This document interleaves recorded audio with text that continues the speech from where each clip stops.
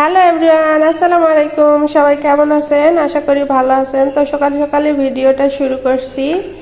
তো এখন মামে দুজনে ব্রাশ করব। ব্রাশ শেষ করে হালকা কুসুম গরম পানিতে লেবু রস দিয়ে নিচ্ছি। এখন খেয়ে নিব।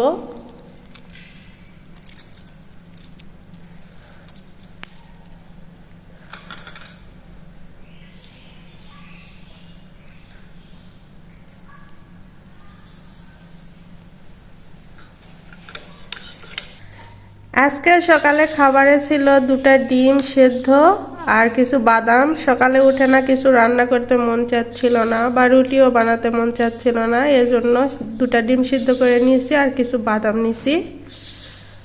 তো এগুলোই সকালের খাবার, খেয়ে নিব এখন। এখন 11টার মতো বাজে। তো আমার মেয়ে তরমুজ খেতে চাইছিল, তরমুজটা ফ্রিজে রাখছিলাম, অনেক আগেই বের করে রাখছি। এখন মেয়েকে এই তরমুজটা কেটে দিব।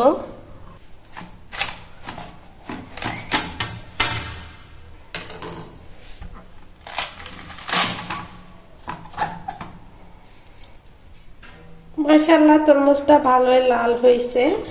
জানি না খেতে কিরকম হবে, খাওয়ার পরে বুঝতে পারবো আসলে তরমুজটা কিরকম।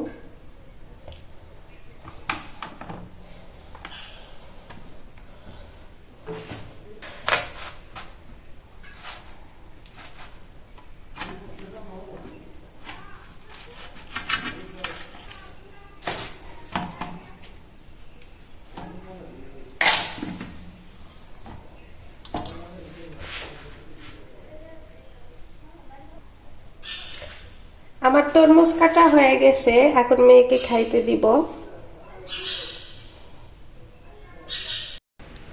মেয়েকে তরমুজ কেটে দেওয়ার পর মনে পড়ছিল যে আজকে তো চুলে তেল দিতে হবে।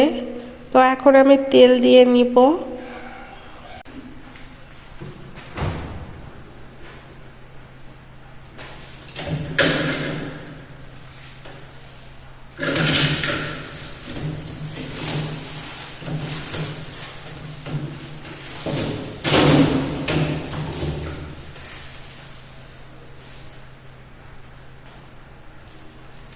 দুপুরে রান্না করার জন্য আমি মুরগির মাংস বের করে নিছি। আজকে মুরগির মাংস দুপুরে রান্না করব। এখানে আমি মশলাগুলো শিলপাটায় বেটে নিছি। এখানে আছে পেঁয়াজ বাটা, রসুন বাটা, এখানে গরম মশলা বাটা, এখানে আদা বাটা আর এখানে পেঁয়াজ কুচি। বাটা মশলাগুলোর সাথে পানি দিয়ে গুলিয়ে সুন্দর একটা মশলা বানিয়ে নিব।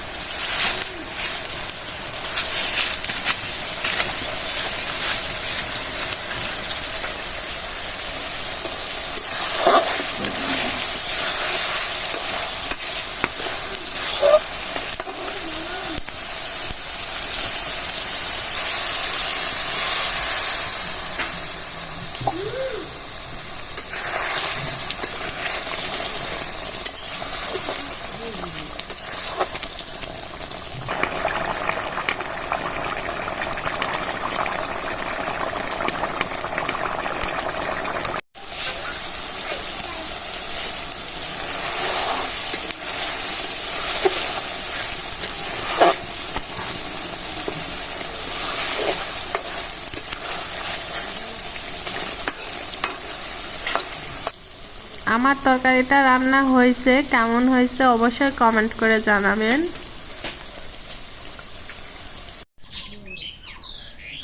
মাংস রান্নার পর এরকম একটা পিস তুলে খাওয়ার কার কার অভ্যেস আছে? এরকম খেতে অনেক মজা লাগে।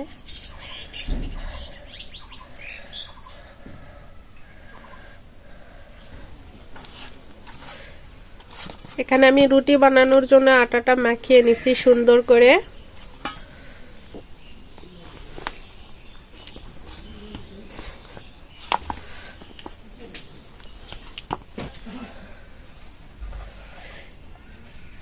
এই রুটিগুলো আমি রাতের জন্য বানিয়ে নিচ্ছি, কারণ রাতে আমি ভাত খাই না, তো বিকেলে আর চুলা ধরাতে ইচ্ছে করে না, তাই দুপুর বেলায় রুটিটা বানিয়ে নিই।